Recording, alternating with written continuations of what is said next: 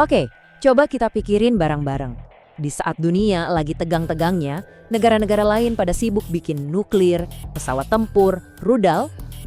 Indonesia di bawah kepemimpinan baru malah punya rencana fokus bikin genteng. Iya beneran, genteng rumah. Kedengarannya aneh banget kan? Mungkin gila. Tapi jangan-jangan ada ide jenius di balik program gentengisasi ini. Jujur aja ya, reaksi pertama kebanyakan orang pasti, "Hah? Serius nih? Di saat negara lain siap-siap perang, kita malah siap-siap pasang genteng." Aneh kan? Atau ini beneran sekonyol kedengarannya, atau kita yang belum lihat gambaran besarnya?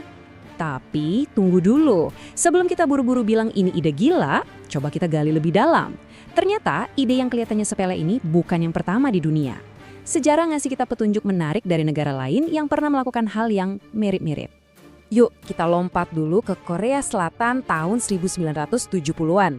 Waktu itu Presiden Park Chung-hee meluncurkan sebuah program namanya Semaul Undong atau Gerakan Desa Baru.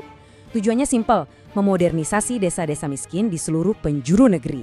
Dan tebak apa salah satu fokus utamanya? Yup, bener banget. Atap rumah. Gini cara kerjanya. Mulai tahun 1970, pemerintah Korea Selatan bagi-bagi bahan bangunan gratis, semen, rangka besi, dan tentu saja genteng ke lebih dari 33.000 desa. Atap-atap rumah yang tadinya dari jerami diubah total jadi genteng yang lebih kuat dan layak. Karena sukses besar, programnya langsung diperluas ke 16.000 desa lagi. Dan hasilnya, cuma dalam 10 tahun, infrastruktur dan pendapatan rumah tangga di desa-desa itu berubah drastis. Ngomongin pendapatan, dampaknya itu luar biasa. Sebelum ada program ini, pendapatan rata-rata keluarga di desa itu cuma sekitar $825 setahun. 10 tahun kemudian, angkanya meroket jadi $4.600. Ini lompatan kesejahteraan yang gila-gilaan, yang dimulai dari hal sederhana, genteng. Nah, ini yang bikin kita mikirkan, kalau program yang mirip-mirip bisa jadi salah satu pendorong keajaiban ekonomi Korea Selatan, jangan-jangan ada logika ekonomi yang sama di balik rencana gentengisasi di Indonesia? Apa ada sesuatu yang selama ini kita nggak sadari? Oke, sekarang kita masuk ke akar masalahnya. Ternyata, tanpa kita sadari, di atas kepala kita semua, di atap rumah kita, itu ada kebocoran ekonomi yang nilainya triliunan rupiah setiap tahun. Kok bisa? Penyebabnya satu, ketergantungan kita yang sangat besar sama bahan-bahan impor buat atap selain genteng tanah liat. Coba deh lihat datanya. Dari puluhan juta rumah di Indonesia, ternyata cuma 57% yang pakai genteng dari tanah liat lokal.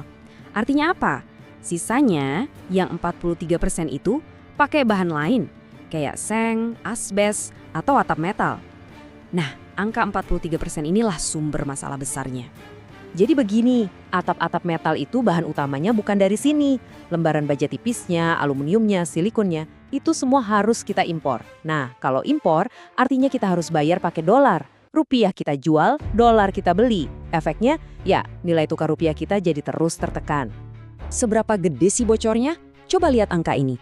Cuma buat satu bahan aja, lembaran baja tipis dari Tiongkok, dalam 3 tahun terakhir, kita udah keluar duit lebih dari 14 triliun rupiah.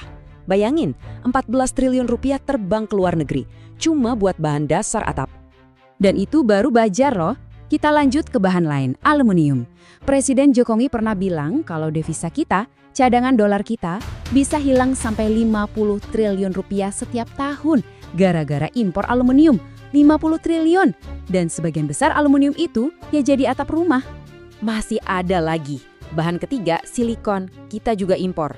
Dalam 3 tahun terakhir aja, kita habis hampir 2 triliun rupiah buat beli dari luar. Jadi kalau kita totalin semua, baja, aluminium, silikon, kita ngomongin puluhan triliun rupiah yang bocor ke luar negeri tiap tahun. Ini bukan lagi bocor alus, ini banjir bandang ekonomi yang terjadi tepat di atas kepala kita.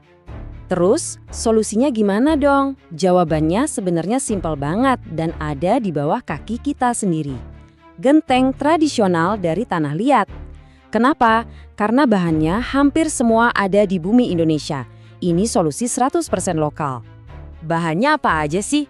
Sederhana banget, ada lempung atau tanah liat, dicampur pasir sama air. Kadang ditambahin feldspar atau abu sekam biar makin kuat. Semuanya 100% bisa diambil dari dalam negeri, nggak perlu dolar, nggak perlu impor. Dan yang lebih keren lagi, data nunjukin kalau 95% genteng tanah liat di Indonesia itu udah diproduksi sama pengusaha lokal. Kebanyakan malah skala UMKM. Artinya, kalau kita ganti ke genteng tanah liat, duitnya nggak lari ke luar negeri.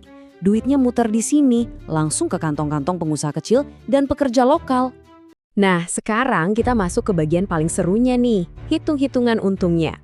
Kalau program gentengisasi ini beneran jalan secara nasional, seberapa besar efek bola salju ekonominya? Perhitungannya sebenarnya simpel.